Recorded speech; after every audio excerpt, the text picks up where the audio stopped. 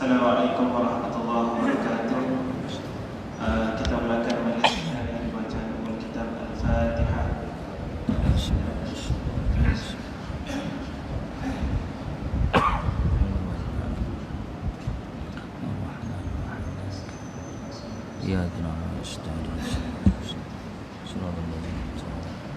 Alhamdulillah, wassalatu wassalamu ala Rasulillah wa ala alihi wa sahbihi ajma'in.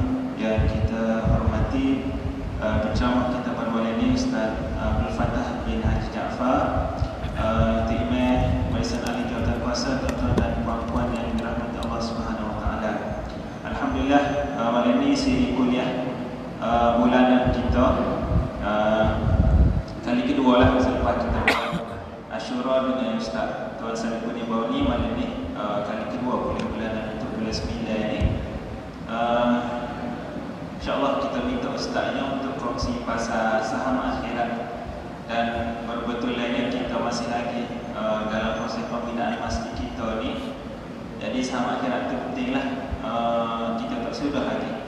Kalau baru dalam 50% lagi baru siap. Dan kita akan buat lagi belakang tu dari 14 kaki lagi lah untuk keseluruhan projek pembinaan masjid kita. InsyaAllah kita bagi ruang kepada Ustaz lah untuk kongsi dengan kita semua pada malam ini. Tanpa menggunakan masa, majlis menjemput dan mempersilakan Al-Fadhil Ustaz untuk menyampaikan kuliah kepada kita semua. Dengan hormatnya dipersilakan. Assalamualaikum warahmatullahi wabarakatuh. Bismillah walhamdulillah.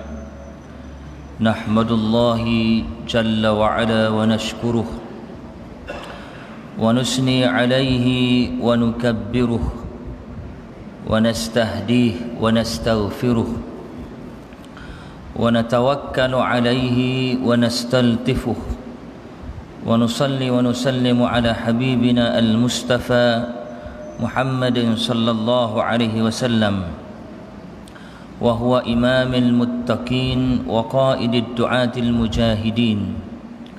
Rabbi shrah li sadri wa yassir li amri wahlul 'uqdatan min lisani yafqahu qawli, amma ba'd. Qad qala Allah tabaraka wa ta'ala fi muhkami kitabih ba'da a'udzu billahi minasy syaithanir rajim. Bismillahirrahmanirrahim. Wa nufikha fis sur fa idahum minal ajdasi ila rabbihim yansilun. Qalu ya waylana man ba'athana min marqadina hadha ma wa'ada ar-rahman wa sadaqal mursalun. In kanat illa sayhatan wahidah fa idahum jami'un ladaina muhdarun. فاليوم لا تظلم نفس شيئا ولا تجزون إلا ما كنتم تعملون. Surah Yasin ayat 51 hingga 54. Maksudnya,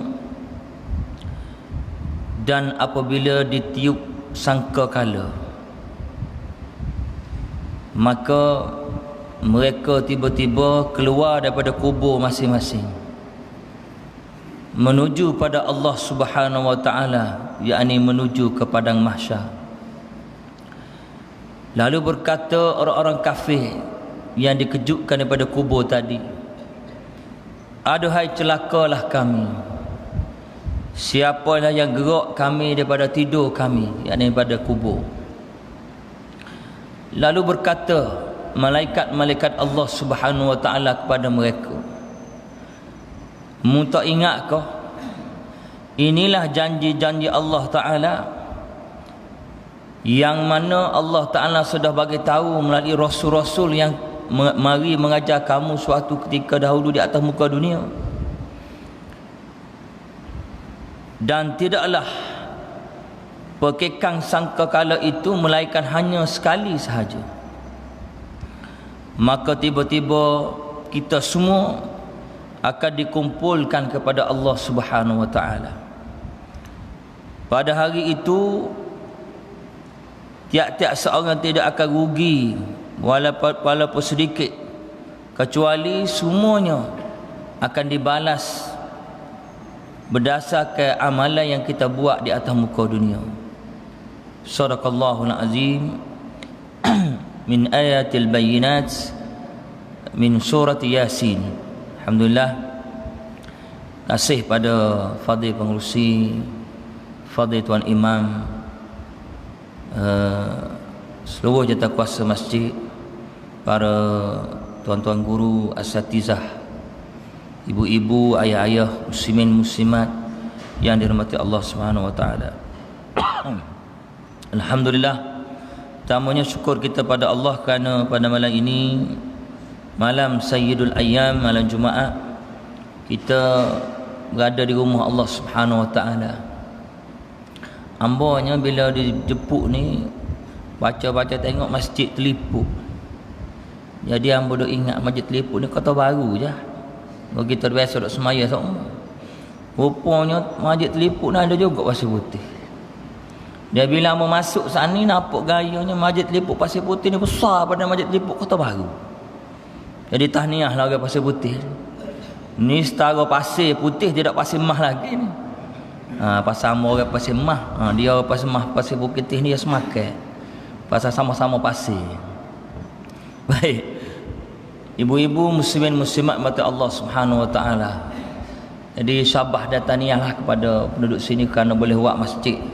Hamba rasa sepuan juga kalau orang terliput Kota Baru mari ni terkejut kat Allah. Pasal dia duduk Kota Baru pun tak besar sepuan ni masjid. Kita pasir putih ni besar. Tahniah. Baik. Kitanya di Kelantan ni, golik-goliknya malam Jumaat ni kita baca Yasin. Tak gitu tak? Ada sebab itulah hamba duk perhati, orang kata comel kalau hamba petik sikit daripada ayat surah Yasin hok kita duk baca, duk biasa baca dah, cuma boleh jadi tak perasan dah. Jadi ayat 51 hingga 54 surah Yasin ni Allah Taala cerita kepada kita mengenai kiamat. Bila kita sebut kiamat ni ada beberapa perkara. Pertamanya ialah kita kena tengok apa berlaku sebelum kiamat. Antaranya paling dekat ialah alamat kiamat ataupun tanda-tanda kiamat. Sama ada alamatul sughra atau alamatul kubra. Alamat kecil kiamat dan alamat besar kiamat. Dan adakah la ni alamat kecil kiamat tu berlaku dah ke berlaku semua dah ke? Sekarang. Yang kedua, alamat besar kiamat. Alamat besar kiamat ni la ni berlaku dah ke tak lagi? Kita akan bincang ke sebanyak. Kemudian tika mana kiamat tu sendiri berlaku? Lagu mana keadaan kita? Dah. Lagu mana keadaan muka dunia ni sendiri? Dia yang ketiganya lah selepas kiamat. Selepas kiamat tu lah kita akan bincang mengenai amalan-amalan kita, termasuklah amalan kalau kita nak fokus malam iaitu bersedekah. Apa orang panggil wakaf ke, orang panggil berapa? Jariah ke dah. Tiga perkara tu. Baik. Kita tengok balik ayat tadi Allah Taala sebut. A'udzubillahi minasyaitonirrajim. Wa nufikha fis-sur. Dan tika mana ditiuplah sangkakala. Dalam tafsir Ibn Katsir hak merujuk ni, wa nufiqa fis-sur ini ialah sangkakala yang kedua. Ni bukan sangkakala yang pertama, sangkakala yang kedua dah ayat ni sebut ni. Wa nufiqa fis-sur ni ialah sangkakala kedua. Maknanya sangkakala pertama tiup dah. Betul. Sangkakala ni dua kali lah. Sangkakala pertama ialah bila malaikat Israfil tiup, maka khiamatlah dunia ni. Cerbolah kita baca di Quran, Allah Taala sebut apa? Izas samaa'un fatarat wa idzal kawakibu muntasarat wa idzal biharu fujirat. Tu khiamat. Segala betul langit jatuh celabuk atas muka dunia, air laut naik atas darat habis. Mana hancur dunia ni. Dah. Bulan betul belagah habis. Itu sangkakala kali pertama. Maka dunia ni hancur. Ayat ni sebut wa nufikha fis-sur, sangkakala yang kedua. Iaitu bila bumi ni semua hancur, maka mati semua, Semua mati ni disebut dalam huraiannya, ia tinggal waktu tu hanya Allah Ta'ala seorang dia. Tak.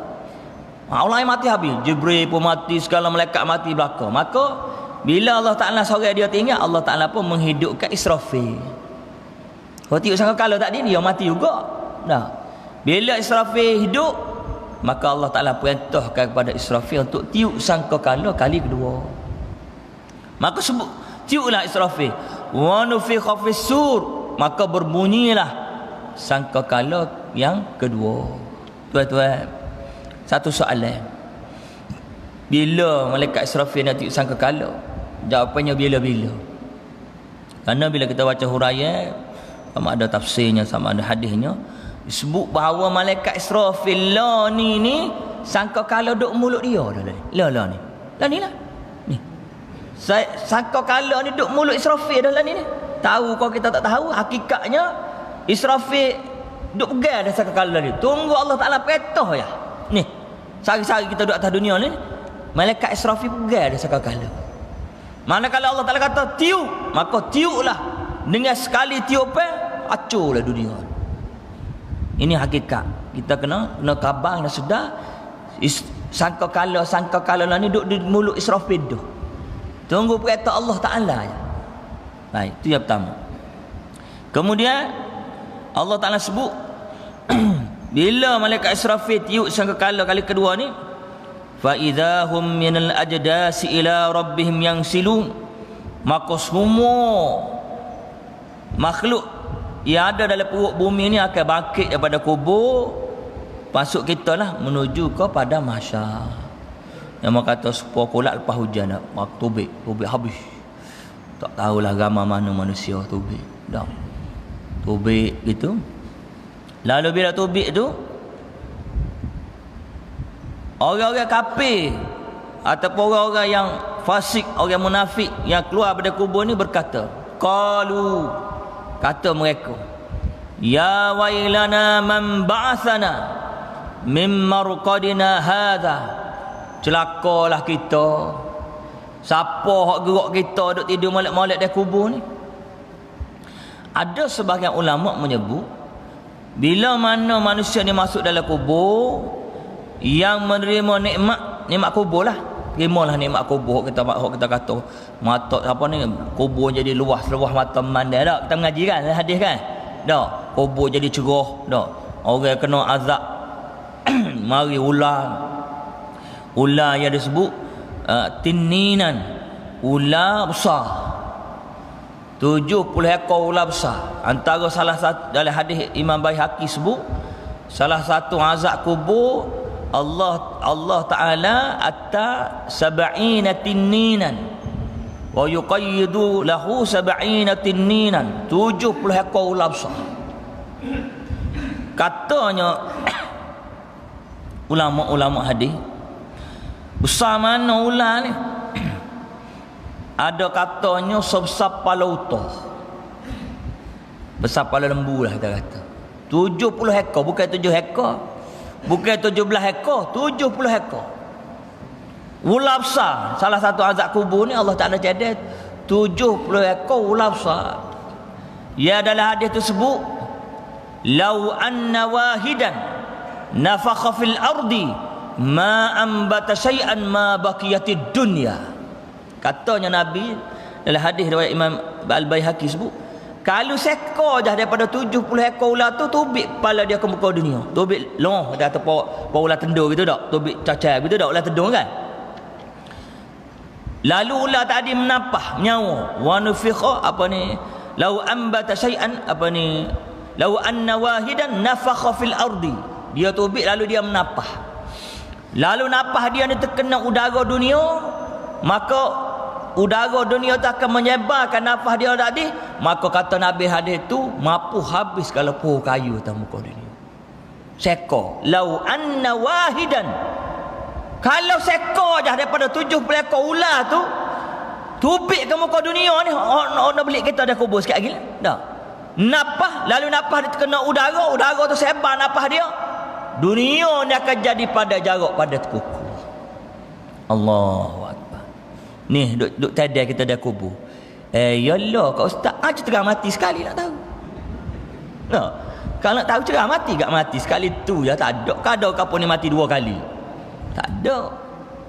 Ni kena ingat molek ni. Lau anna wahidan, kalau seekor je Nabi kata daripada 70 ekor ular tu keluar ke muka dunia, lalu dia napah dia ni kena udara, lalu tersebar napah dia ni, mampu habis kalau pokok kayu. Ada jarak dah terkukur lah kita kata.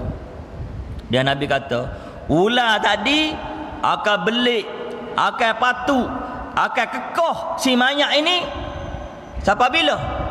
Ila yaumil hisab, sehinggalah dunia ni kiamat. Mana kalau kita mati malam ni tak naik bagi esok, orang kena kekoh situ, kena belik situ, sehinggalah dunia ni kiamat, barulah tu berhenti. Tuan-tuan berapa ekor tuan-tuan? 70 ekor. Sama no tinina ni, kalau kita buka kamus Idris Marbawi, anak-anak kita mengaji sekolah Arab, kalau kita buka kamus kulit merah, lah ni tahu kulit orang berapa mau mengaji dulu merah. Dah, mungkin lama tak buka kamus ni. Tinina ni Idris Marbawi terjemuh naga. Naga ni binatang dong, tapi nak ayat besar tak besar ular tu sepon naga lah. Gambarannya sepon naga. Kalau adik-adik zaman lah ni tengok National Geographic, tengok ke tak? Kita tengok anaconda. Anaconda ni boleh sama besar tiang masjid ni. Boleh. Mana seekor ular tu sama besar ke tiang masjid ni. Ni. Dia Allah Taala cedeknya pada orang yang deraka pada dia, sab'ina tinninan, 70 ekor anaconda Allah Taala jadi dalam kubur. Allah tak padan dengan duduk atas dunia 70 tahun, 90 tahun, 50 tahun dah.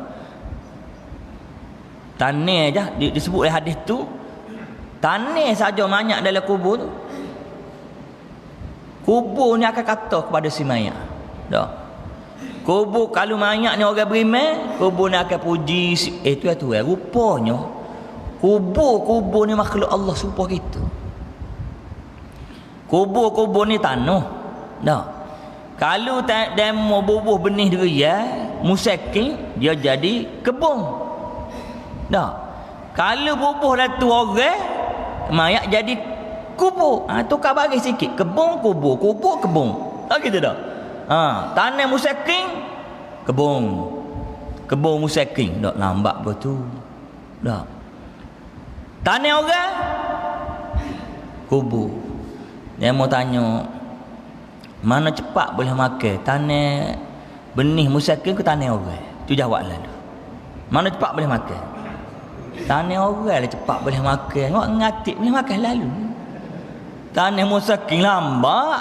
Tu kalau jadi dah. Jadi pula kalau buah pula buah.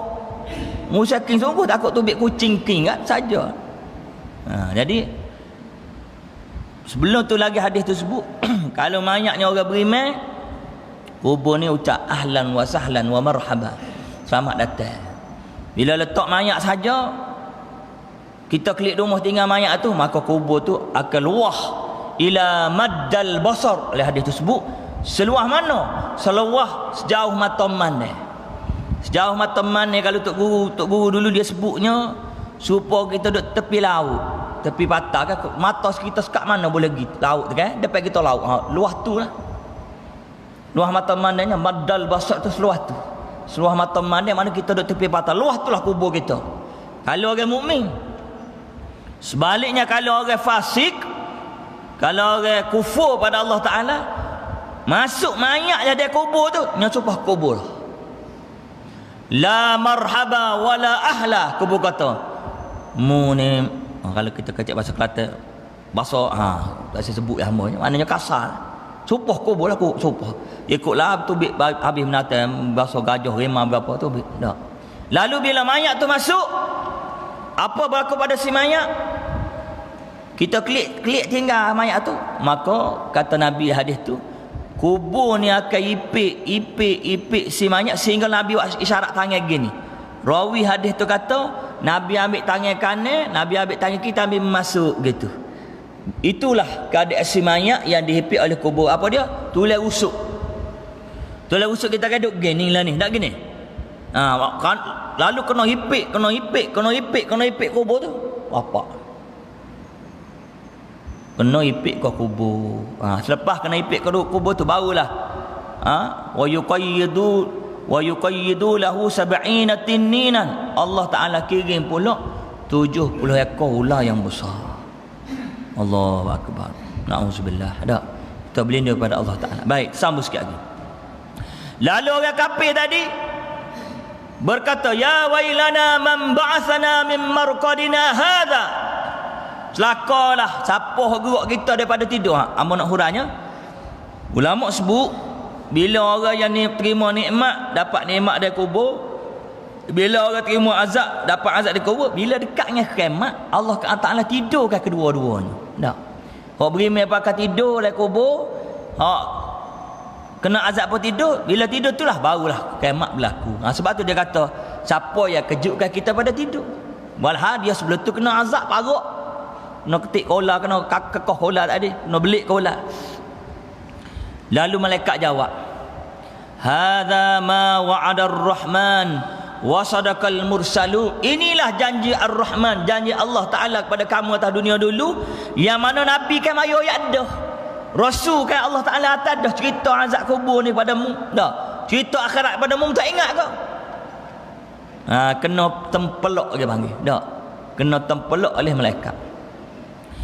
In kanat illa sayhatan wahidah, tidak lainlah tiupan sangkakala daripada malaikat Israfil itu illa wahidah, melainkan sekali saja.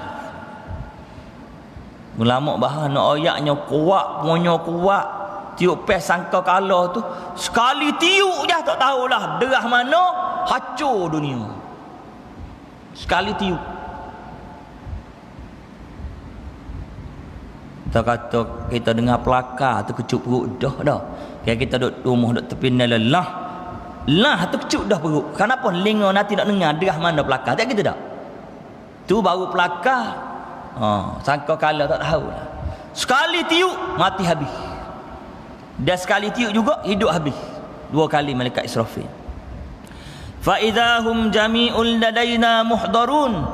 Dan apabila tiupan itu, maka kita semualah dikumpulkan di satu tempat, iaitu pada mahsyar. Sebab tu bila kita pergi buat haji, kita rukun, salah satu rukun hajinya ialah wukuf di padang Arafah. Al-hajju Arafah. Al-hajju Arafah. Kenapa? Kerana bila kita berada di pada Arafah itu nak memberi gambaran kepada kita lebih kurang ni lah pada mahsyar esok. Walaupun pada masa tu beribu kali ganda lagi, tapi nak suruh kita ni nampak. Pada Arafah kayak kita pergi ke putih, kalau kita pergi umrah ni musim tidak haji pun kemah putih sayuk mata mana tak tahu mat. Kalau orang tak tengah tahu nak pergi mana dah. Alik kanan kamu putih, alik kiri putih, depan putih, belakang putih. Lebih kurang pada masa itu dah. Dah. Maka pada hari itu kata Allah Taala, tidak akan rugi walaupun sikit, setiap orang akan diadili oleh Allah Ta'ala. Mana ibarat kita kata kalau sedekah 5 sen pun Allah Ta'ala akan kira. Masuklah sikit tajuk. Kalau sedekah 10 sen pun Allah Ta'ala akan kira. Faman ya'mal misqala dzarratin khairan yarah wa man ya'mal misqala dzarratin syarran yarah. Apa berlaku ayat tu? Cuma soalnya apa tu apa dah, cuma esok kalau mari Jumaat kat masjid ni ada tabung gerak ke? Itu Allah gitu, Allah dengan tangan boleh kira sikit. Dia kalau tabung gerak tu sama-samanya, kalau siapa depan dia jenerah lain. Ni masalah buat kita dah. Siapa depan dia jenerah. Masa duk jauh tu molek-molek dia duk itada. Dekat. Bila dekat mana dia buat lalak tunduk. Jadi tunduk orang pula, orang ke orang lain dah muka jenaka. Bila dia molek dia berasa jauh, dia pun sedap. Lepaslah atas muka dunia dak. Tapi rugi di akhirat. Biasa dengar cerita orang sedekah, orang kedekut sedekah, biasa dengar. Malam ni dengar dak. Dia ni kalau Nabi dia kata Haji Bakhil bin Kedekut. Haji bakhil. Haji tu bagus dah, tapi bakhil tak bagus. Bank kedekut. Ambo teringat bila sebut cerita ni, mula tok guru kita, mula tok guru ni Aziz lah. Comel mula tok guru kita Huran ni. Tuan-tuan dengan amal ni. Tok guru kata, Allah Ta'ala ni bila dia buat kita, atas diri kita ni ada semua sifat. Sifat baik pun ada, sifat tak baik pun ada. Tak? Sifat sayang pun ada, sifat marah pun ada. Tadi kita betul tak? Sifat pemurah pun ada, kedekut pun ada. Tuhan buat tu dua sifat ni ada berlaku. Tak ada siapa aja. Kau ada mak adamu bila besar sikit lagi kena kedekut. Kedekutnya lagi ni tak ada. Dia reti dengan sendiri. Siapa nak bening lah. Dia reti dengan sendiri tak? Kau menarak mak ayah kena ajamu, kena bening. Bening ni begini tak ada. Dia siapa masa dia tengok dia kata, Umi nelo mah kita nampak belok dah nelo. Umi kata belok kok mana? Alah Umi lambat faham. Kita nak bening lah tu dah. Macam-macam orang ni dah. Jadi Tok Guru kata, atas diri kita ada sifat boroh. Atas diri kita ada sifat kedekut. Boroh yang kedekut ni dua yang bertetangih. Betul tak? Dia Allah Ta'ala yang buat. Fitratallah allati fataran nasa alaiha. Ini semua fitrah. Tak? Cuma mula Tok Guru ni syarah comel. Apa Amna sebut tu? Allah Ta'ala kira Nabi Muhammad sallallahu alaihi wasallam. Apa tugas Nabi? Antaranya Nabi nak mari tunjuk kita. Tempat ni kena boroh. Bukan syarat kena boroh, wajib nak boroh. Tempat ni kena kedekut. Bukan syarat kedekut, kena wajib nak kedekut. Lagu mana? Contoh mula Tok kata gini. Katalah orang yang mari jumpa kita, sayang kita, pinjam PD 10 ya. Tertanya, buat apa? Tak ada sepuluh skala lah. Gapo? Tiket. Bukan lopak tiket. Tiket nombor. Tak. Ada orang nikah kok ni. Lagi lah Terengganu. Dan ni Terengganu tak lihat kok. Lagi lah mana tahu lah. Tak. Jadi Tok Guru mula Tok kata, bila begitu, dia bukan minta banyak, 10 ya aja. Masa tu ni wajib nak kedekut. Wajib. Kenapa? Kerana kita tahu dia nak buat bagai salah. Tak? Bagai haram. Walaupun 10 ya, dah saya siap. Tak. Masa tu hukumnya wajib kedekut. Apa? Mari orang lain pula. Mari tu email lah. Catat email kata, masjid kita tu banyak perkara lagi. Masjid ni lah, masjid teliput lah. Tak? Banyak perkara lagi ni nak buat tak? Depan tu nampak lecoh lagi, nak tambah-tambah tas sikit. Mula tu kata kalau begitu wajib nak boroh. Wajib boroh. Apa makna wajib boroh? Kalau kita seluk poket ada 100, wis 100. Kenapa? Kerana kebajikan. Kerana pahala. Nampak? Dua-dua ni sifat boroh pun tak molek asalnya dah. Kedekut pun tak molek, tapi dua-dua ni jadi molek. Kenapa? Kerana kena cara. Siapa mari ajar? Nabi Muhammad sallallahu alaihi wasallam. Tempat ni wajib boroh. Tempat ni wajib kedekut. Pengurusi molek sedia tabung lalu. Dah lepas ni pakai bangun lalu. Dia kata ustaz tu raya awal-awal tidak kita bawa rumah. Dah. Dia adik-adik ngilak tak ada sama. Jadi kawan ni tak habis lagi cerita ni. Isar ke? Pelik kalau sini masuk Isar dah kokeh dekat dengan Terengganu. Jadi kawan ni Haji Bakhir bin kedekut. Dia skalanya kalau dia pergi maya Jumaat agak sama. Seria. Paling tinggi 2 ya. Rasa orang sini pun ramai gitu dah 2 ya. Kalau 5 ya tu jaga-jaga tu pun 5 ya hok saltik. Saltik tahu saltik. Soyak tengah dia saltik. Dia buih 5 ya. Dia buka beg duit. Allah, biarlah 5 ya tak apa saltik dia kata. Tak. Ada orang setengah orang begitu. Allah. Untuk Allah Ta'ala tu dia buih saltik gitu. Jadi begitulah sama-sama. Lepas tu poket alik kanan ni adalah piti 200 hari tu nya. Duit 200 nak bayar kutu. Buat kau main kutu buat kita tak. Jadi bila begitu pos kala lagi Jumaat. Orang pun gerak tabung. Jadi dia duk seluk kanan kiri kanan kuning kiri dak. Tiba-tiba Orang belakang dia cuma bau. Cuma bau tunjuk pitih. Waktu dia molek hok nukotik derma tu lalu depan. Dia pun ambil pitih tu bro. Burai betul lah. Jadi dia kata Allah dia ni banyak pitih suruh aku masuk kali. Dah. Orang belakang cuma ni suruh aku masuk, aku masuk. Lepas tu dia tengok kawan tu kata kerja tidaklah mana kenapa naik motor je dah. Nak aku 200 dia. Dia pun tanya, awal kerja gapo? Dia kata, amo luak padi. Dan sini tidak padi dah. Padi dia juga, luak padi. Oh lah pak cik pelik lah menarak aku awal ni kagum lah pak cik 200. Dia kata, piti tadi ke? Tidak piti hamba dia kata. Tidak piti demo. Piti apa? Piti pak cik lah. Pak cik tu gagah-gagah tu jatuh. Jadi hamba tunjuk lah piti jatuh. Dia hunggah mula naik masjid. Munggah tu email klik dah. Dah. 2 minggu demam. Kayaknya tak sengaja 200. Jangan jadi gitu buat kita. Dah, beringat. Tebelah kedekuk-kedekuk. Kalau khabar habis 500 dah. Ya tuan-tuan, gitulah hidup kita ni kadang-kadang. Tercelah lah lebih kurang dah. Kalau kita tak pergi ke masjid 200, boleh jadi 200 tu habis lain. Dah.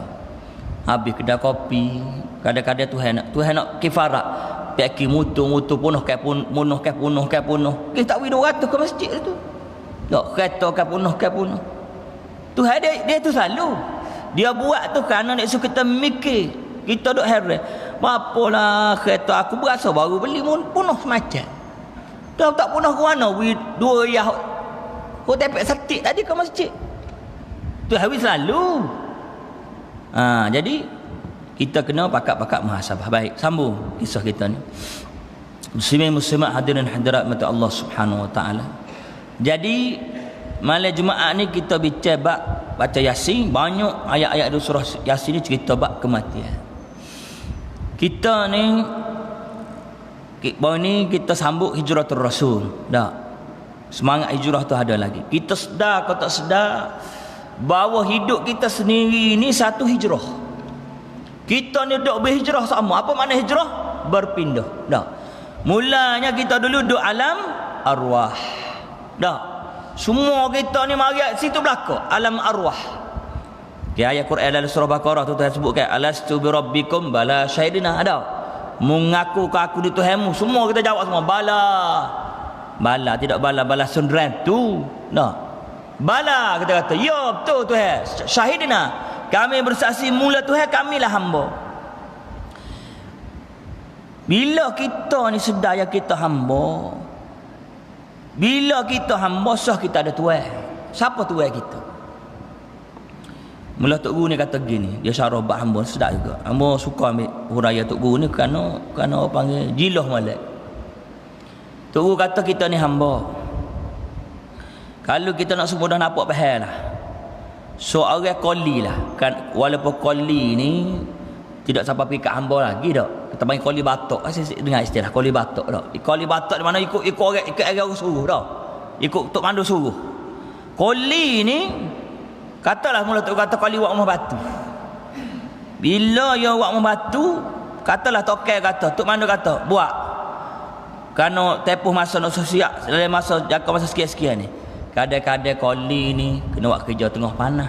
Tak gitu tak? Kadang-kadang koli ni kena buat kerja tengah hujan. Boleh ke tak boleh seorang koli ni marah ke tokai? Apa tokai ni berasa tak reti? Panas-panas so kita buat kerja. Boleh ke? Boleh ke seorang koli marah ke tokai Tok Mandu? Hujan tu tak apa. Hujan bersuat kerja. Kananya bila mu khabar ni mu koli, maka tak selalu soal. Tak? Mu tak kerja, tak apa cari orang siap kau, cari bangla kau apa dah. Itu hanya kita sebagai koli belum lagi hamba. Dah. Bila kita ni hamba, bila Allah Taala perintah kita semaya, tengah pagi buta pun semaya. Kerana mu ni hamba. Allah Taala suruh kita bangun tengah malam tahajud. Bangun kerana kita ni hamba. Jadi kita kena kenal siapa di kita ni hamba. Dan alim ulama sebut atas diri kita ni ada pakaian hamba. Dia pakaian hamba ni tak cabut. Gimana pun baju hamba ni kita pakai. Tak. Kita pergi Mekah pakai baju hamba. Kita pergi ke Amerika pun pakai baju hamba. Dan siapa pun kita. Kita orang kapur pun kita hamba. Kita pegawai KJL pun kita hamba. Kita pengarah syarikat pun kita hamba. Tak. Kita menteri pun kita hamba. Kita Perdana Menteri pun kita hamba. Kita Tok Agong pun kita tetap hamba. Baju hamba ni tak cabut. Tak. Tapi kalau baju pengarah cabut. Sampai masa patching cabutlah baju pengarah tu tak. Tapi baju hamba tak cabut. Sebab tu orang beriman, dia pergi mana pun dia akan jadi baik. Dia pergi Mekah pun jadi baik. Hatta kalau dia pergi ke Amerika, ke Las Vegas, ke mana pun, dia tetap jadi baik. Kenapa? Karena dia khabar baju hamba ni dia bawa pergi ke mana-mana. Tak akan cabut dalam diri dia. Ni kita kena faham molek. Konsep hamba kita panggil. Siapa diri? Diri kita dia hadapan Allah Subhanahu Wa Taala. Baik, habis itu. Jadi tuan-tuan, kita hijrah. Dulu kita duduk ala arwah. Dah berapa ribu tahun kita duduk ala arwah dulu tak tahu. Tak ada siapa tahu dah. Siapa masa Allah Taala ambil ambak kita. Ambak gimana? Gi ke alam rahim, singgah sebentar dah. Ke alam rahim, duduk dalam perut mak kita 9 bulan 10 hari. Betul tak? Ke ada orang telepuk ni tak duduk alam rahim. Dia kata ustaz amal ni bakar pelik sikit. Tengok, bakar belum betul. Kita pernah dia ada kan bakar belum betul? Tak ada. Dah. Semua mari situ belakang. Dah. Duduk dalam rahim, siapa masuk mak kita kehat tubik, marilah ke alam dunia. Berapa tahun dak dalam dunia ni? Nabi sebut umur aku baina sittina wa sab'ina. Umur aku ni antara 60 hingga 70. Pak ustaz ada orang umur 90 lebih ke? Kena belaka. Tak, contoh dah. Contoh 90 lebih. Tu piramid dah dia panggil jarang-jarang. Kadang-kadang. Ada sadu sikit atas ka tu. Kadang-kadang. Hak baliknya 60 hingga 70. Dah tuan-tuan, kalau kita kecek mati ni, apa disebut sama mana bagi ada 2 sipir je mati. Mati ada 2 sipir. Gapo? Pertama, mati ni dia tak kira umur. Tidak menjadi syarat untuk mati tu kena tua dulu dak. Kenapa? Selama mana orang yang muda lebih awal mati pada orang tua. Ulah balik. Dak. Tidak menjadi syarat untuk mati itu kena tua dulu. Kenapa? Kerana ramanya atas muka dunia ni orang muda mati lebih awal pada orang tua. Betul ke tak? Tu. Yang kedua, sipir mati. Tidak menjadi syarat untuk mati itu kena sakit dulu. Kenapa? Ramai mana orang segar molek-molek lebih awal mati daripada orang sakit. Tidak ada ya? Dia duk jaga aja, dia stroke 15 tahun. Baru mati anak dulu. Ayah stroke tak mati-mati lagi. Tidak ada gitu dah. Boleh balik. Tidak menjadi syarat untuk mati itu kena sakit dulu. Kenapa? Kerana ramai mana orang segar molek-molek tiba-tiba mati. Kerana Allah Ta'ala sebut فَإِذَا جَاءَ أَجَلُهُمْ لَا يَسْتَأْخِرُونَ سَاعَةً وَلَا يَسْتَقْدِمُونَ. Salah satu ayat. Apabila telah tiba ajal bagi seseorang, maka Allah Ta'ala tidak akan cepat walaupun saat, dan tidak akan lambat walaupun saat. Contoh dah. Allah Ta'ala kata, hei malaikat Israel, malaikat maut dah. Mu acuk gi ga masjid Telipuk Pasir Putih tu. Contoh ni. Malaikat Israel tanya apa? Tak ada apa-apalah. Pukul 8.30 panik gak. Mu masuk di masjid. Malaikat Israel pun marilah. Pas nak ke mana? Mu tengok siapa hok mana ngatuk tu, cabut nyawa dia. Contoh. Dia menarak baru start saat ni jenis godoh bukan dia. Tak, baru tak siapa sedia jenis godoh. Nak gerak orang jenis godoh sebenarnya tu. Tak. Jadi mereka mahu mari ta. Dia kata, "Oh, dok sana ti ya." Jenis godoh dia kata. Contoh. Boleh ingatlah dok ti tu boleh ingat. Malaikat Israel duk ita. Mengatuk dah saat ni baru mula. Jadi dia dia. Baik. Jadi tidak akan lambat walaupun saat, tidak akan cepat walaupun saat. Kerana malaikat Israel ni dia tak ada traffic jam apa, tak ada delay ke petugas, tak ada. Dah. Dia budak-budak kata punctual, dah, on time. Siapa masa mati. Cuma ulama bincang, hok kata sakit jatuh, gapo dak? Cimani, gauk, go out tu asbab. Gauk boleh kira lagi kalau go out, beratlah. Dah, go out kat ilah sila. Tu asbab berlaku. Dak. Baik. Jadi kita di atas dunia ni sebentar. Ad-dunya mazra'atul akhirah. Dunia ni Nabi kata getuk. Ni alik ni dunia, ni akhirat. Jadi dunia ni jemerang. Gak getuk. Panjang mana dak? Jemerang nak pergi ke akhirat. Itulah dunia. Tafsir lain sebut dunia ni mazra'ah. Maknanya kebun tempatmu tanah. Apa mu tanah hari ni atas dunia, itulah mu akan makan di akhirat. Kalau mu tanah 10 sen, sedekah 10 sen, boleh makan 10 sen. 10 sen kaca putih 10 sen lah. Tak ada apa. Kali 2 ya boleh jadi nasi kerabu, tapi gak 2 ya gak solok lada tak ada. Telur ke apa? Telur masih tak ada. Malam ni jamu ke apa? Tak ada tanya dah. Jadi seperti mana hokmu tanah atau dunia dulu itulah hokmu akan tua di akhirat esok. Sebab tu Sayyidina Ali sebut, ada seorang kata hadis, dia kata harta kita ni, mana harta kita? Kita aja tak terfikir. Dah. Harta kita sungguhnya, adakah harta duit dalam poket kita tu harta kita? Ataupun duit dalam bank itu harta kita? Ataupun orang panggilan ni aset? Tak. Rumah kita, kereta kita, tanah kita, gudang kita. Nabi kata tak.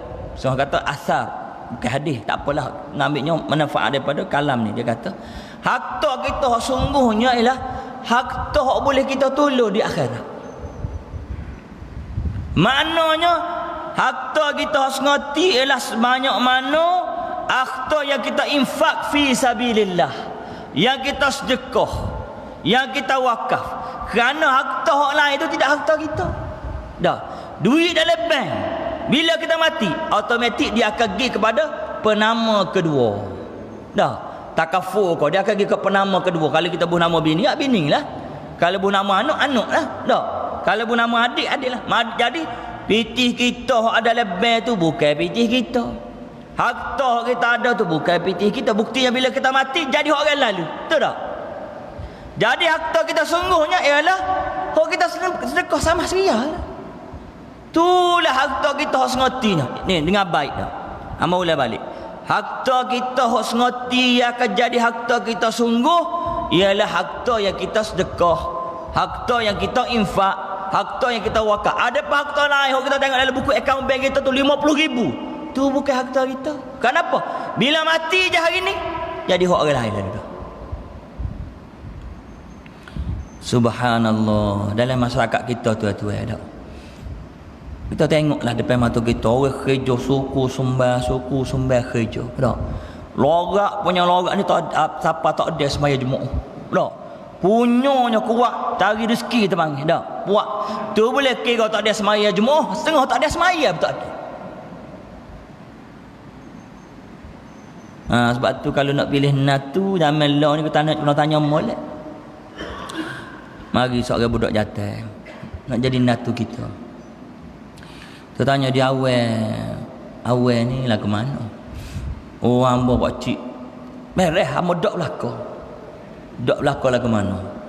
Judi dok, minum arak dok, rempik dok, semaya dok belaka. Ada dia masyarakat kita ni. Dengan molek. Nampak kita dengar bagus, tak judi bagus, tak belagu ayah bagus. Maya dok juga rupanya. Jadi dok belaka nak ingat. Apa spesial dok belaka. Jadinya semua tu bukan harta kita. Harta kita lah sebanyak mana telah kita sedekahkan, telah kita infak. Jadi orang jatuh saat ni Kita tanya dia abang mana gak kuat kerja? Tak, kuat tak kerja tak. Tak ada semaya Jumaat. Hamba ustaz, kerja yang kuat gini bak tak ada gelar untuk anak bini. Biasa kita orang jatuh jawab begitulah. Dah. Jadi banyaklah harta kita, rumah sebutir, kereta sebutir. Ya kitanya semaya Jumaat tak ada. Loraknya buat kerja. Khabar kedah wahai orang lelaki sekalian. Nak marah ni? Tak. Hak kita duk kerja lelah kita mau lalu tu, bila kita mati, bos dia molek. Bos dia molek 4 bulan 10 harinya berlakilah bini kita. Ada apa-apa lah. Bos dia molek dia pun naik kereta kita, tu lelaki baru. Bawa bini kita ni. Ia pun lalu depan kubur kita. Dia kata setara mana demo? Bini demo boleh kahwin, kereta demo boleh kahwin. Ambil. Ya kita hari tu nya semaya pun tak ada. Lagu mana agak-agak. Tak ada apa. Dia sengih dia kubur begitu. Dia sengih boleh kira kata malaikat. Ya kita nya bila aku tanya, "Mana demo kerja kuat?" Untuk anak bini kahwin lah. Bawa mati kita nya belaki lain. Tak ada apa-apa. Habis ingat aku jatuh habis. Jadi kena khabar kata diri kita. Tak. Iaitu harta kita sungguhnya kita infak lah. Sama-sama lah. Seria-seria lah. 100-100 lah. 1000-1000 lah. Itulah harta kita sungguh. Baik. Jadi dunia ni sama tara. Sementara je. Ya kita tahu bila kita ngaji kan, disebut dah. Satu hari di akhirat bersama 1000 tahun di dunia. Nak rayaknya tak boleh banding. Tak boleh banding dunia dengan akhirat, tak boleh banding. Tak. Sehari ya akhirat nak banding dengan sehari dunia je tak. Sehari akhirat tu 1000 tahun dunia. Allah. Jadi kalau kita masuk syurga sehari supaya 1000 tahun dah masuk syurga. Memang kita sungguh. Dia tu tahu tak? Nikmat dalam syurga ni lagu mana? Ambo cerita lebih kurang malam ni syurga sikit. Sebagai orang motivasi. Tak. Contoh air dalam syurga. Air dan syurga ni, ya Nabi sebut segala jenis makan yang biasa makan dah atas dunia semua ada berlaku dalam syurga. Dia sebanyak mana ada syurga tu tak ada atas dunia pula. Dah. Kita beri air gapo contoh. Tukar Ali selalu habis dia. Dah. Tukar Musa ada tukar Musa. Ali semacam. Dah. Katalah kita beri tak obeng sekali buat kita dah. Kedah tak obeng 5 so. Hilir sikit dah. Kalau kita di akhirat esok kan. Kita minum air dalam syurga ni. Betul hamba pun nak minum air sebenarnya. Tak. Tak apa-apa pakai kelih belakang minum air. Contoh dah. Kita minum air secawai dalam syurga ni tuan-tuan. Nikmat air yang kita minum dalam syurga ni tak boleh nak royak. Supo hepo, supo nak kata supo hepo pun dok, supo strawberry pun dok, sedap lah. Baik, tu minum dalam syurga ni. Habis gelas ada syurga. Mari gelas kedua pula. Kita minum gelas kedua ni. Dah so habis cawe hon ni yang sebenarnya dah. Nama kata belakang gambar jo kecap. Jo. Kita sakit kok ni dah. Mari gelas kedua ni, kita minum gelas kedua ni. Minum sungguh dah. Maka jauh lebih sedap daripada gelas pertama. Kita minum lagi sehinggalah gelas ke-100. Maka gelas ke-100 tu jauh lebih sedap daripada gelas ke-99. Gelas ke-99 tu jauh lebih sedap daripada gelas ke-98 sehingga gelas ke pertama tadi. Maknanya banyak mana kata kita minum kosdak, kolazak. Itulah nikmat syurga. Allahu akbar. Tu baru segelas air baru tu. Makan dia pun begitulah. Kita makan berapa dari syurga? Tuan-tuan minat berapa makan? Minat berapa? Musakin ni dah. Makan musakin solah. Mari musakin kedua. Musakin kedua tu jauh lebih sedap daripada musakin pertama. Makan musakin kos 1000, musakin kos 1000 tu jauh lebih sedap pada musakin kos 999. Siapalah musakin yang pertama. Maknanya dalam surga ni kosdak, kolazak, kosdak. Amun nak jangan tuan-tuan. Duduk dalam syurga esok kena semaya ke duk? Kena puasa ke duk? Kena pergi Mekah ke duk? Tak berlaku. Oyak kan anak muda kita ni. Semaya ni atas muka dunia ya. Orang duduk dalam syurga esok tak semaya. Ya Allah kau tak jauh lah semaya. Jauh tak tepat dia panggil. Tak. Kerana apa Allah Ta'ala sebut? Akhirat darul jaza, tempat balas, tempat membalas segala amalan. Jadi dalam syurga esok tak usah duk lebah lah, pergi ambil sejadah nak lapar. Kiblat lah mana? Kaabah aja lebur. Tak mai ada syurga. Kerana syurga ni tempat enjoy kalau bahasa budak-budak. Syurga ni tempat enjoy. Setara mana nikmat ada syurga tuan-tuan.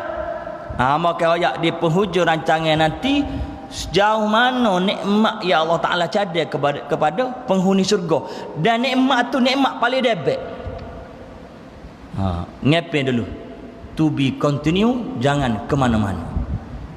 Tengok je pula 40 kat ustaz nak berhenti pukul apa? Ikut amboh. Engkau berusi tak royak tadi. Tak. Kita berhenti pukul 9 boleh kau? Boleh? Tak apa. Kalau berasa itu agak merah, kak klip. Pak klip begitu dah tak. Baik. Jadi tuan-tuan, kita duduklah atas dunia ni. Lagu mana kita duduk atas dunia ni mudah ya. Allah Ta'ala kira Nabi. Allah Ta'ala kirim bersama-sama dengan Nabi itu ialah dia panggil, kalau kita pergi Kedah ni, adik-adik biasa, makcik dia biasa, kita pergi beli mesin basuh. Kalau abang-abang kita ni, kita beli kereta atau kita beli handphone. Tak, beli handphone ni bersama dengan handphone ni dia akan beri satu buku. Tak, dia panggil manual book. Tengok orang putih jarang-jarang, moga pasal putih ilelah kacik orang putih tak.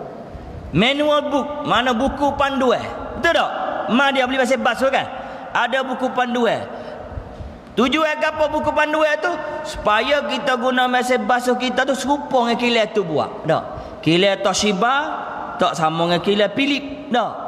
Kilat Sony tak sama dengan kilat gapo lagi, ikutlah nama gapo Sony ke gapo dak. Tak serupa. Proton tak serupa dengan Nissan. Sehari dua ni tu X50 pula. Orang ada BT boleh belilah. Tak tahu X50 gapo.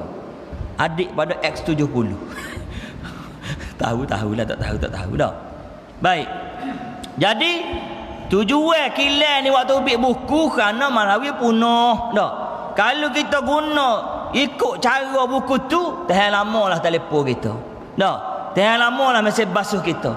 Tahan lamalah TV kita. Tapi kalau kita kata, kok kawal TV kawal, tak ada 2 hari. Dah. Kalau kereta manual book tu tunjuk, ni tempat buh minyak, ni tempat bubuh air, dah. Ni minyak hitam. Kita kata ikut kawal, kereta kawal. Engkau macam cerdik benar. Pak minyak kita buh air. Tempat air kita buh minyak. Tak ada 2 hari abah akak enje terus. Biar macam cerdik pun kau mana. Sebab kita ikut kepala kita. Dah. Kita tak ikut akilah. Serupalah. Manusia ni siapa buat? Allah Ta'ala buat.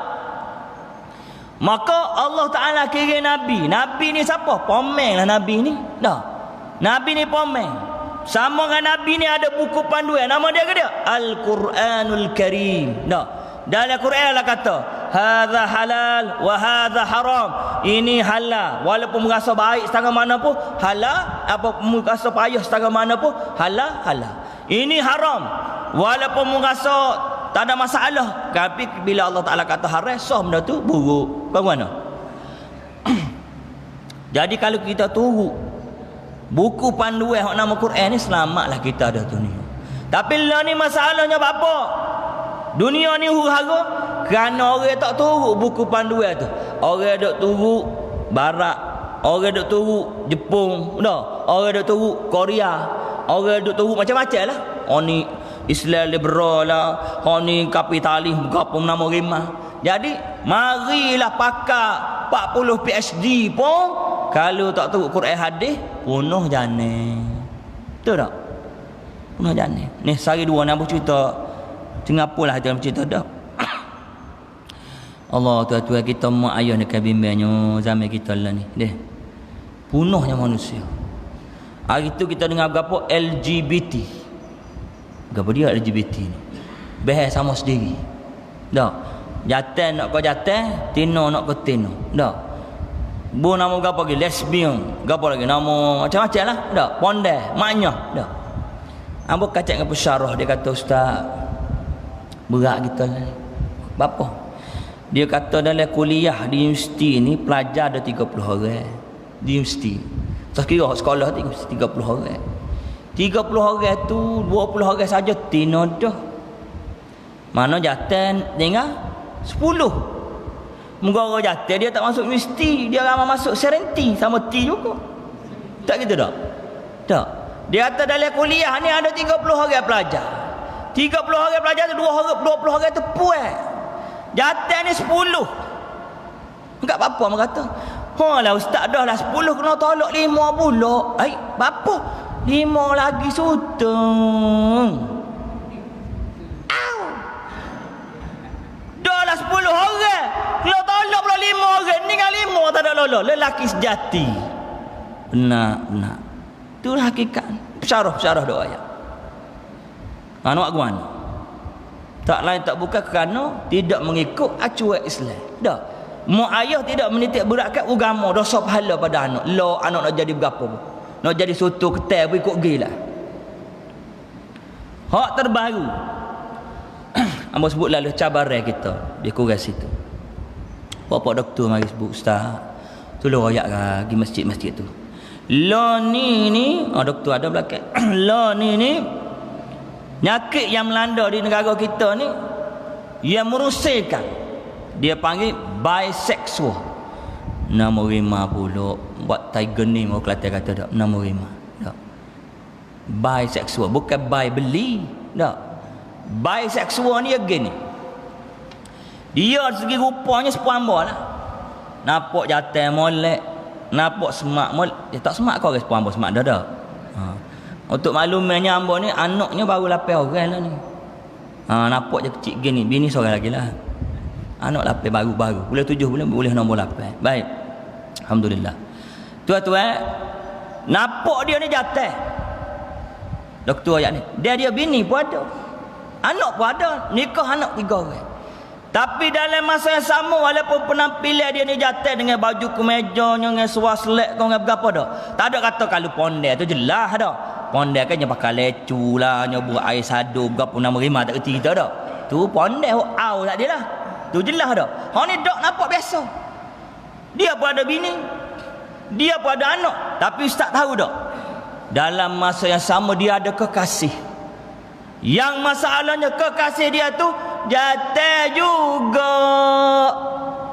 Nak kata guano. Ada bini. Ada anak. Kalau gay ni dia jatuh sama jatuh je gay ni. Yang ni pasti behar belaka.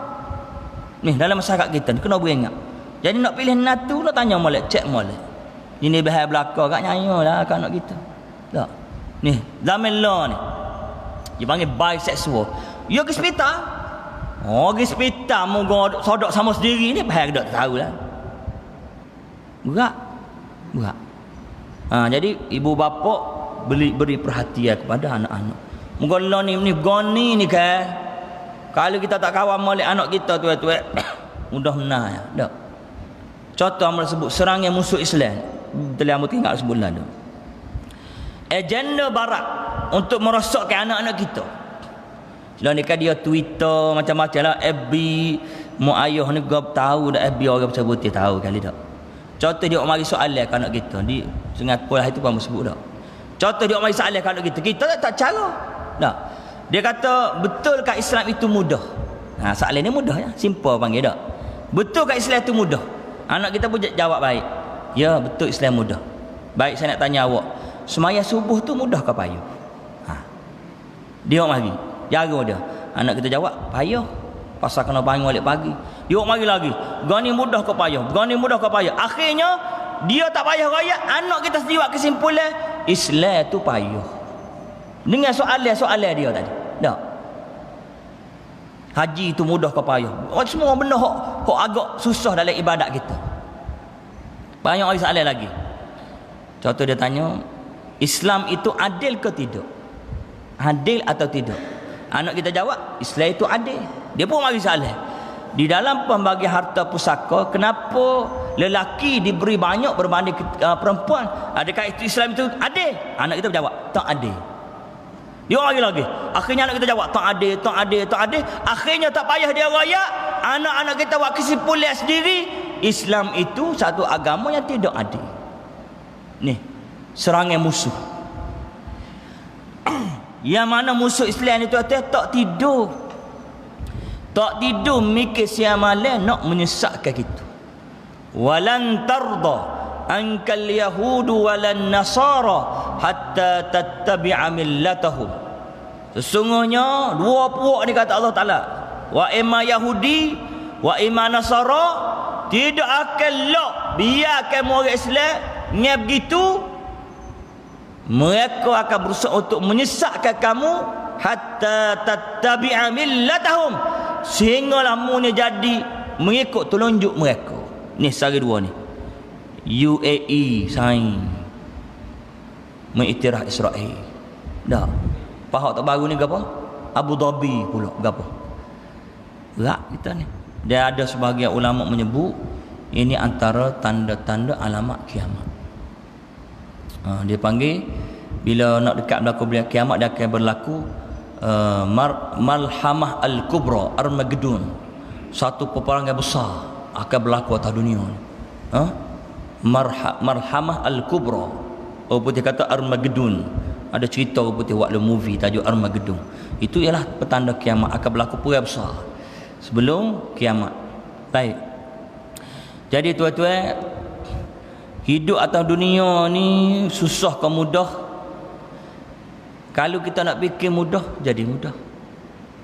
Kalau kita fikir susah, jadi susah atas kita. Kerana agama ni dua perkara ya.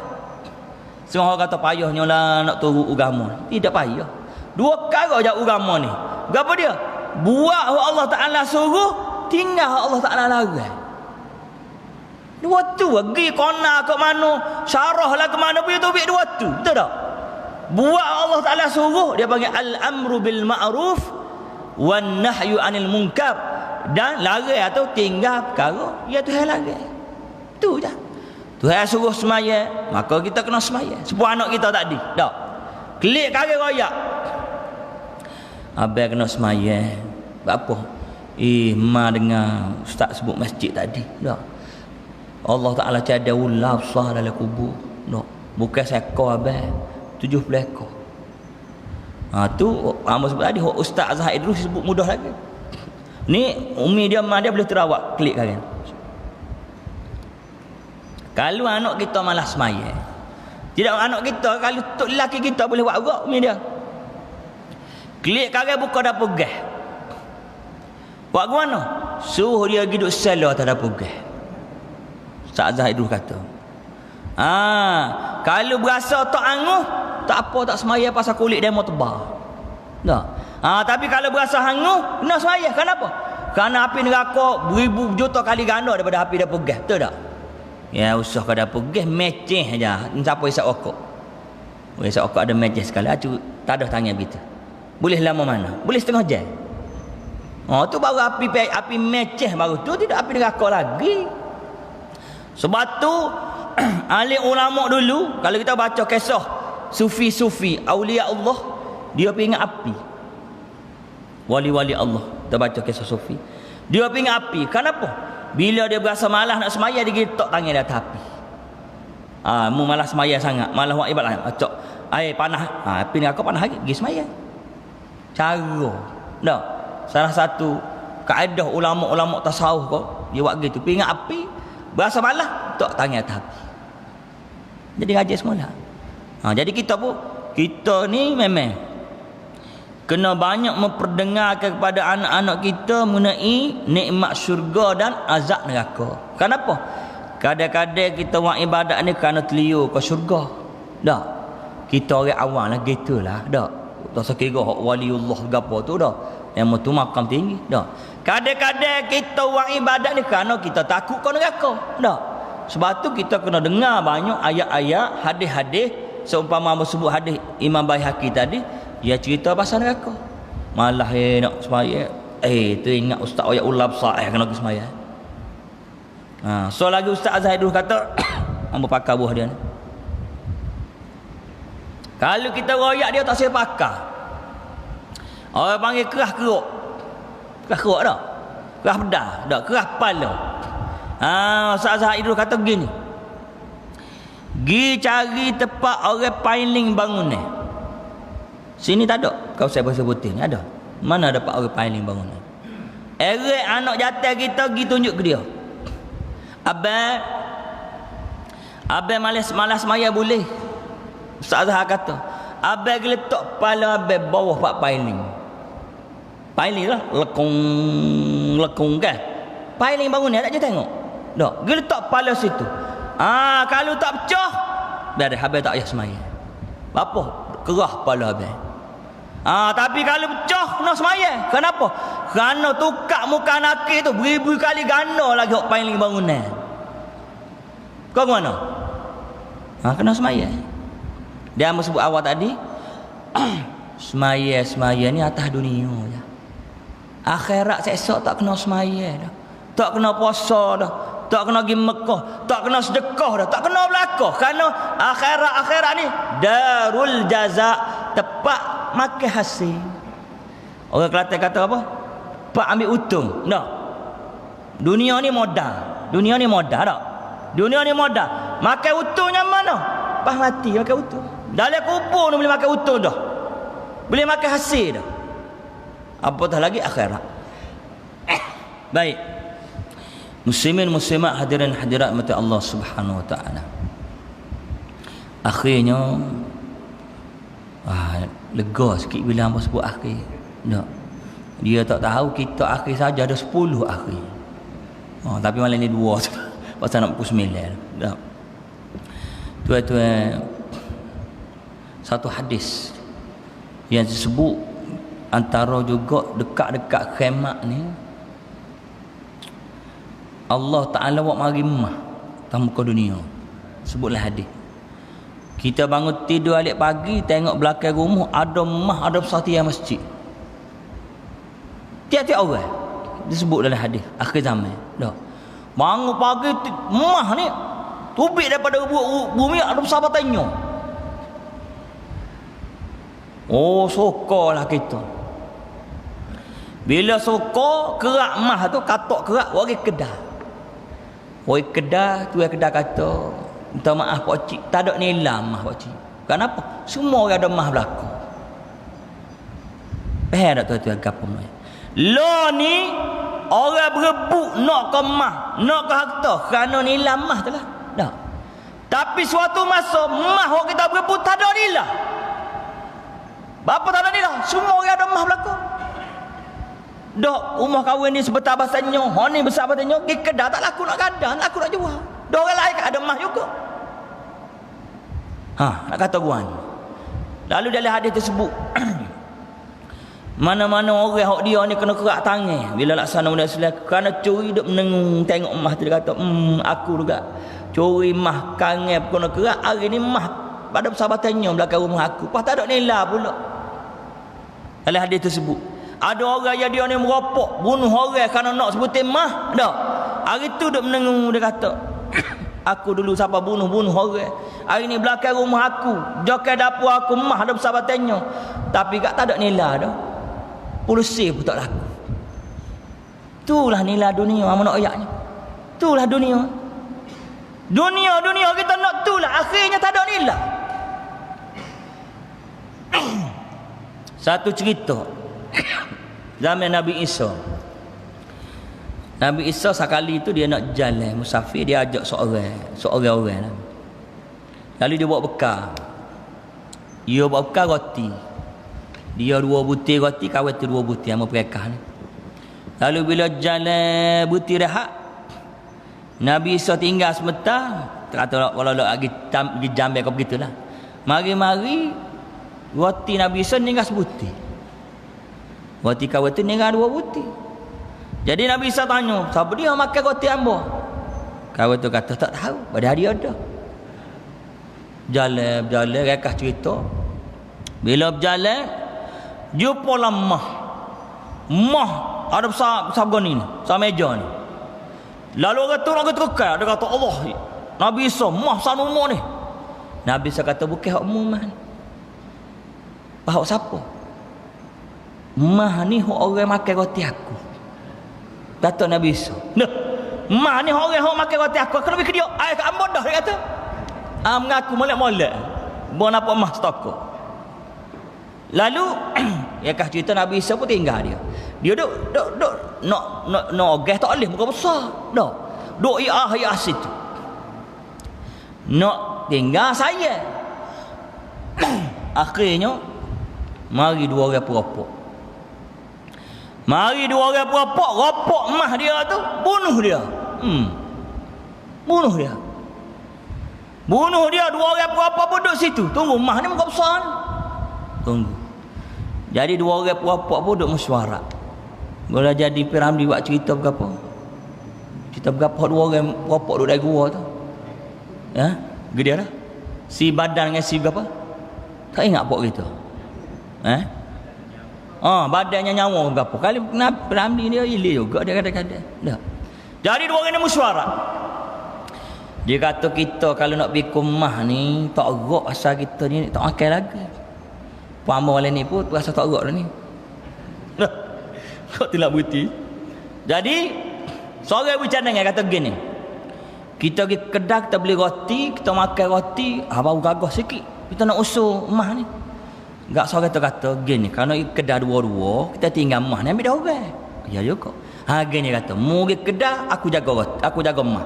Yalah. Kawan tu pergi kedai. Hak duk jaga emah ni mikir, dia kata emah lah ni bagi dua. Aku dengan dia. Kalau boleh seorang ke aku, banyak. Jadi dia duk mikir gini kata, kawan tu kelik aku nusuk dia pokok, dia molek dia duduk aku ketikkan dia. Hak duk tunggu emah tu. Hak pergi kedai pula, duk tengah kelik kedai tu dia mikir. Lah ni mah bagi dua. Kalau nak boleh kat aku seorang lagi mana? Nampak akal dia kata, aku beracun dari roti. Katanya hak pergi beli tu. Jadi hak pergi beli tu dia makan siap-siap roti ke dia, kenyal dia pun kelik. Dan malam yang siapa tepat kawan tu nusuk dia pokok, jak tikai dia. Matilah hak beli roti. Maka hak tunggu pula apa makan roti. Mapuh kedua.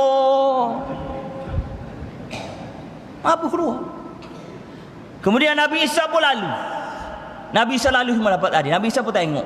Hak tu mati dah seorang tadi kan? Hak mula-mula tu. Hak ikut Nabi Isa. Dua orang ni mapuh pula. Nabi Isa kata, hakazad dunya. Inilah dunia. Gapo? Sama saja berlaku. Mah pun tak boleh, tuai pun mati. Itulah dunia Nabi Isa kata. Orang ada berebuh mah ni, mah satu masa tak ada nilah, tak ada gegar. Lah ni yang mah tu kerana sikit. Tak. Hadis Nabi sebut akhir zaman mah ni akan tubik belakang rumah kita. Tubik kot dalam tanah kita. Jadi tuan-tuan, kita ni akan hijrah. Paning bila malaikat mahu cabut nyawa kita, kita dipaksa, dihambak, tubik oleh Allah Taala atas muka dunia ni, kita kena masuk dalam kubur. Berapa lama kita akan dalam kubur? Wallahu a'lam. Nabi Muhammad sendiri lah ni duduk 1000 tahun lebih dalam kubur. Jadi kalau kita nak kesimpulan mudah, duduk dalam kubur ni lebih lama daripada duduk atas dunia. Nabi sendiri, tiap Nabi mati lama 1000 tahun lebih Nabi mati dah. Nabi duduk atas dunia berapa tahun dulu? Ni 3 tahun je Nabi duduk atas dunia. Tu Nabi duduk atas dunia ni 3 tahun. Duduk dalam kubur 1000 tahun. Kita lebih kurang sepeda. Tak. Dunia ni sementara. Maka siapa satu masa Allah Ta'ala tiup sangka kala, maka kiamatlah dunia sebagaimana syarah awal tadi. Maka kita semua ni akan pakat pergi pada mahsyar belaka. Pergi pada mahsyar, Allah Ta'ala akan kira segala amalan kita. Tadilah, faman ya'mal misqala dzarratin khairan yarah wa man ya'mal misqala dzarratin syarran yarah. Walaupun kita buat kebajikan sebesar zarah, tetap akan dikira oleh Allah Ta'ala. Walaupun 10 sen, walaupun 1 sen, pun akan dikira oleh Allah Ta'ala dia kalau kita buat jahat sebesar zarah atau dikira. Cuma ulama syarah gini, Mullah Tok Guru nak sebut, dia kata kalau kita mikir sungguh-sungguh kan, punya dah Allah Ta'ala ni siap kita ni banyak lagu mana. Kalau kita nak kebajikan dalam agama kita duk ngaji, kita niat je nak buat kebajikan, boleh pahala dah. Tak gitu dah. Contoh tu ada paham nak bangun tahajud malam ni, malam Maulid, malam Jumaat ni, kita niat boleh pahala dah. Kita betul-betul buat bangun sungguh, semaya sungguh, boleh pahala pula. Tak. Tapi kalau amal jahat, kita niat nak buat dosa, tak boleh dosa lagi. Betul tak? Kita niat nak zina, tak zina, tak boleh dosa. Kalau kita buat jahat sungguh, katalah kita buat sungguh, ada peluang taubat pula. Nak rayaknya Allah Ta'ala ni siap kita. Alik baik ni niat boleh pahala dah. Alik jahat ni niat tak boleh dosa lagi. Kalau buat dosa dah, boleh taubat dah pula. Nak rayak apa Allah Ta'ala kata, akhirat tak puas hati. Puas hati ke mana? Sebanyak mana orang masuk syurga, puas hati masuk syurga. Sebanyak mana orang masuk neraka, puas hati masuk neraka. Kenapa? Memang mujahat sungguh. Tuan-tuan, orang yang masuk neraka ni sanggup habis fitih. Ni mari masjid. Ada tu email kutip yuran mari masjid. 5 ya. Tapi kalau nak pergi getih halang, nak bayar yuran. Tak. Orang sanggup habis harta kerana nak maksiat pada Allah. Tak. Zina habis fitih. Judi habis fitih. Kadang-kadang tu bergadah harta kerana judi. Sungguhnya nak masuk neraka. Amula balik. Tak. Manusia ni sungguhnya nak masuk neraka, sanggup habis harta kerana nak masuk neraka. Masuk syurga mudah. Kau ke mana? Baik. Akhirnya 95 minit. Ya kalau main bola dia panggil masa kecederaan. Tak okay bola ada masa kecederaan, kuliah tak ada. Nak kau begitu nombor puji bola. Tak. Sikitlah. Amo nak cerita nikmat tadi. Tak saya dengar kau. Nikmat yang paling debek dari syurga. Hak paling debek. Satu hadis. Hadis ni digambarkan oleh perawi hadis. Nabi sebut dalam keadaan Nabi ni sengih dalam bahasa kita, nak suka. Satu kisah pekah ni yang berpekah. Di akhirat esok, sebanyak mana orang masuk syurga akan masuk syurga belaka. Sebanyak mana orang masuk neraka pun masuk neraka belaka. Dia kalau kita ngaji dalam akidah, selagi dalam dada kita ni ada iman walaupun sebesar zarah, walaupun kita ni jahat setengah mana, akhirnya Allah Ta'ala akan bebaskan kita daripada neraka. Tak gitu tak? Kita ngaji kan? Jadi hadis ni menyebut tentang seorang lelaki yang terakhir keluar daripada neraka. Mana dia ni orang Islam lah. Tak? Tapi kerana dosa dia banyak atas dunia ni, dosa zina, dosa minum arak, apa kita kata ikutlah. Maka dia ni orang yang paling akhir. Orang panggil basak doa lah. Tak? Teruk telajuk. Cuma kita doa tidak kita lah harapnya. Tak. Dia ni paling akhir keluar daripada neraka. Maka bila dia keluar daripada neraka, dia merakak. Dalam disebut dia merakak. Nak semua dah fahamnya, ni hamba buat nak semua dah faham. Katalah ni neraka, ni syurga. Nak semua dah nampak dah. Dah. Hamba nak syarah panjang. Dia tu pakai cerah sini kitanya. Dah. Jadi hak topik pada neraka lah, kita terakhir ni pun merakak. Mengakak. Dia pun nampak satu pohon kayu. Dia pun minta, ya Allah, minta izin, ya Allah, hamba ni bau tubik neraka. Kalau kita kat hang letup, tubuh ni hang letup, panah. Bolehkah hamba nak tupai teduh pohon kayu? Artinya bila dia tubik dalam neraka, mana Allah Ta'ala balaslah kejahatan dia. Faham tak? Segala kejahatan atas dunia ni telah dibalas oleh Allah Ta'ala. Faham tak? Allah Ta'ala pun izin. Dia pun teduh pohon tu. Dia pun ucap, wallahi, dia kata demi Allah, tidak adalah orang yang mendapat sebesar nikmat hari ni melainkan aku. Dia tak khabar dia hak gumak kali tu. Orang lain pahala syurga lama dah. Tak. Lalu bila duduk kadang begitu, dia nampak satu pokok, katakanlah di tengah-tengah ni. Tak. Dia nampak satu pokok, ada buah. Ada sungai. Lalu dia berasa lapar, dia berasa dahaga. Dia pun minta dengan Allah Ta'ala. Ya Allah Ta'ala, hak ni ya Allah, hamba nak minta hak ngelah lah, dia kata. Waktu Nabi senyum tu, hadis ni. Minta ngelah, gapo?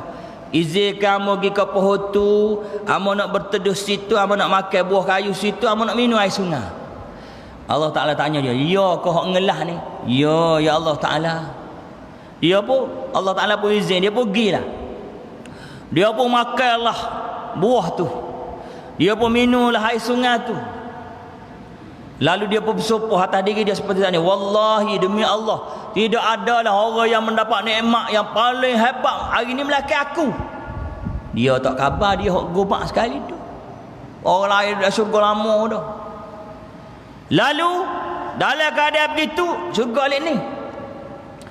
Lalu Allah Ta'ala pun tunjukkan kepada dia nikmat dalam syurga. Dia nampak dengan sungai yang mengalirnya, dengan bidadarinya, dengan buah-buahnya, dengan segala moneka nikmat syurga dia nampak. Lalu dia terlintas di fikiran dia untuk dia minta dengan Allah Ta'ala untuk masuk syurga, kerana dosa dia telah dibalas dan neraka tadi. Tapi dia tak tergamuk. Dia tak tergamuk nak minta izin dengan Allah Ta'ala. Rekahnya, akhirnya Allah Ta'ala berfirman kepada lelaki yang terakhir ini, wahai pemuda, adakah kamu teringin untuk masuk syurga itu? Nampak depan dia syurga tak? Noh, ni neraka kan, ni syurga. Dia jalan kat ni kan. Dia kata, ya Allah, aku melihat dalam syurga sudah penuh dengan orang. Yalah, muka dia hok gomak sekali. Aku rasa spot aku ni tak ada tepat. Dalam hadis lain kata, lelaki ni kata pada Allah Ta'ala, kalau bahasa kita kat, soalan macam Allah Ta'ala nak nganyi ke dia. Tak. Muka dia hok teruk sekali. Lalu Allah Ta'ala berfirman kepada dia, wahai lelaki, aku akan mengurniakan kepada kamu satu nikmat syurga. Yang nikmat ini yang kamu tidak pernah dapat di atas muka dunia dulu. Iaitu nama perekah-perekah ni. Nikmat yang aku nak beri kepada kamu, wahai lelaki, iaitu seumpama nikmat yang telah aku kurniakan di atas muka dunia dulu. Nikmat atau kekuasaan atau harta atau kemegahan yang telah aku berikan kepada raja yang paling kaya di atas dunia. Kejut dia. Tuan-tuan, raja yang paling kaya. Sultan Brunei tarak lagi. Tak. Raja kita kau tarak. Tak. Raja yang paling kaya atas dunia. Kalau kita mengaji, raja yang paling kaya atas dunia Nabi Sulaiman. Nabi Sulaiman kekuasaan dia meliputi manusia, jin, binatang, haiwan, berapa semua. Lalu dia terkejut. Bal hadis ni sebut, bahkan kata Allah Ta'ala, bukan sekadar nikmat yang aku sedang nak sediakan kepada kamu seperti mana seorang raja yang paling kaya atas dunia, bahkan sekali ganda lagi daripada itu. Maknanya raja paling kaya sekali ganda lagi. Lalu hadis ini menyebut Allah Ta'ala menyebut akhirnya hadis tersebut bahkan 10 kali ganda. Tuan-tuan, 10 kali ganda nikmat yang Allah Ta'ala berikan kepada raja yang paling kaya atas muka dunia. Hamba dipakai Sultan Brunei ni, kereta dia saja ada 500 buti. Maknanya 500 buti bahagian asisten untuk jaga kereta dia saja 500 orang. Tu Sultan Brunei baru. Dan dia bukanlah raja yang paling kaya. Tak. Tak kira lah kita kata kaya, raja ke ahli perniagaan, maknanya orang yang paling kaya atas dunia. Bill Gates ke apa kita tahu tak. Kok nama orang kaya tu.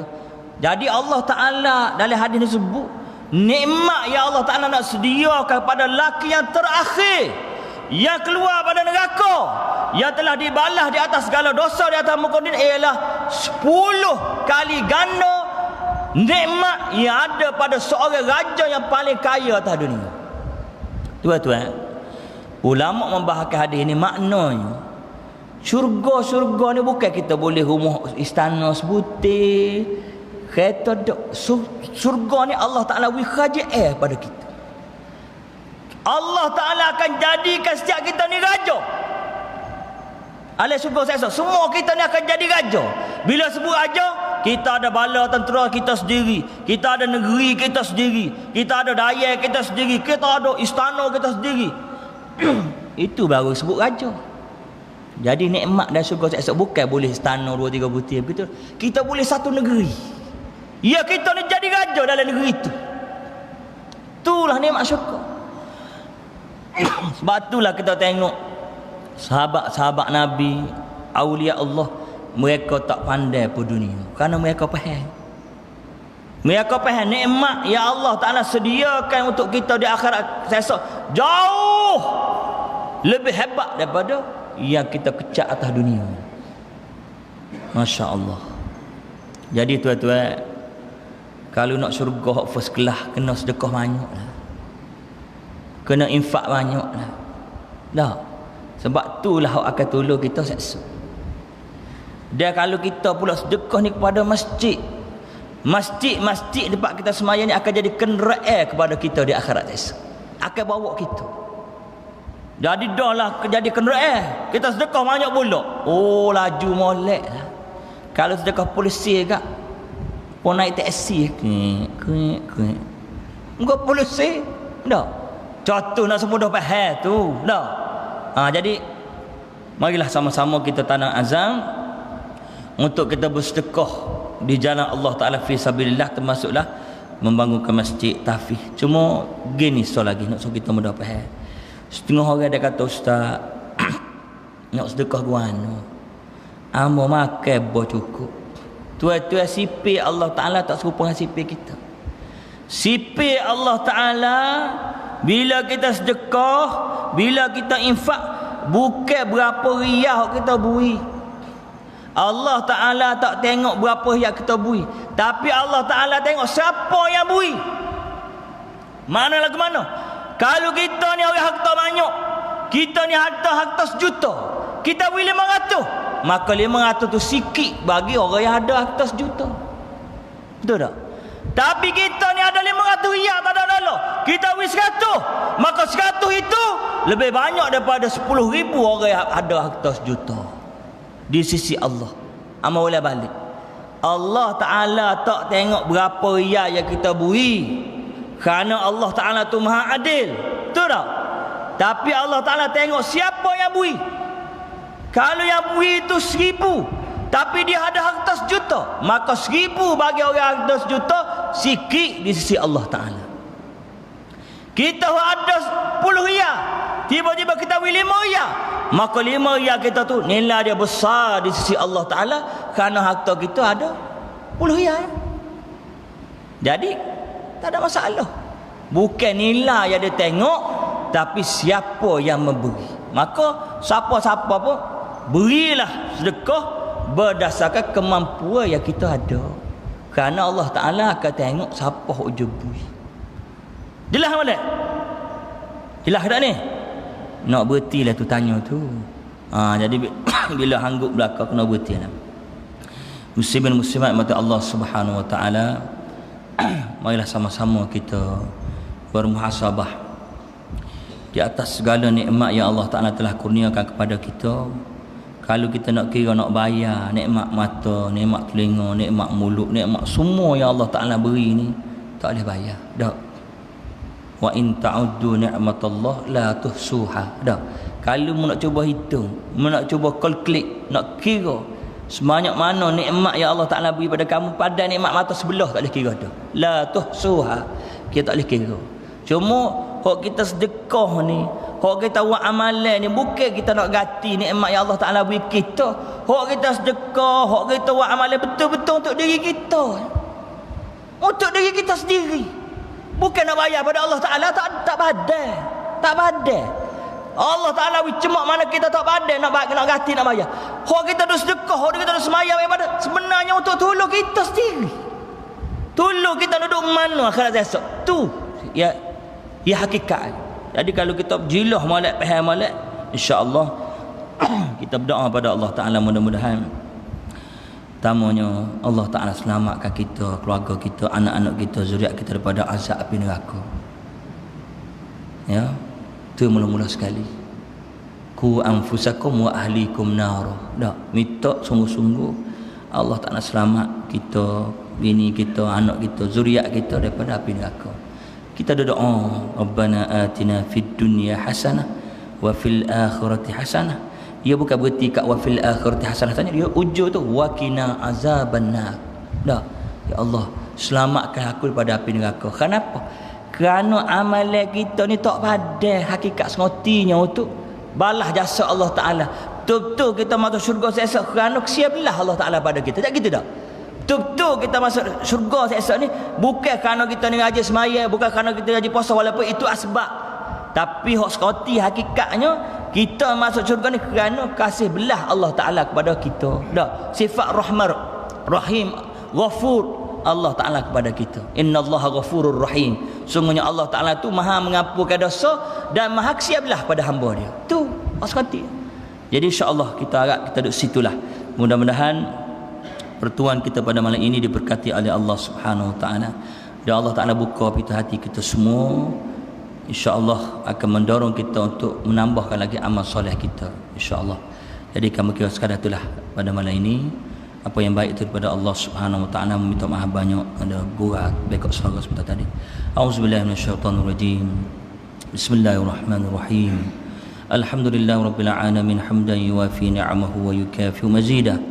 Ya Rabbana lakal hamdu kama yanbaghi li jalali wajhika wa azim sultanik. Allahumma aslih fasada qulubina.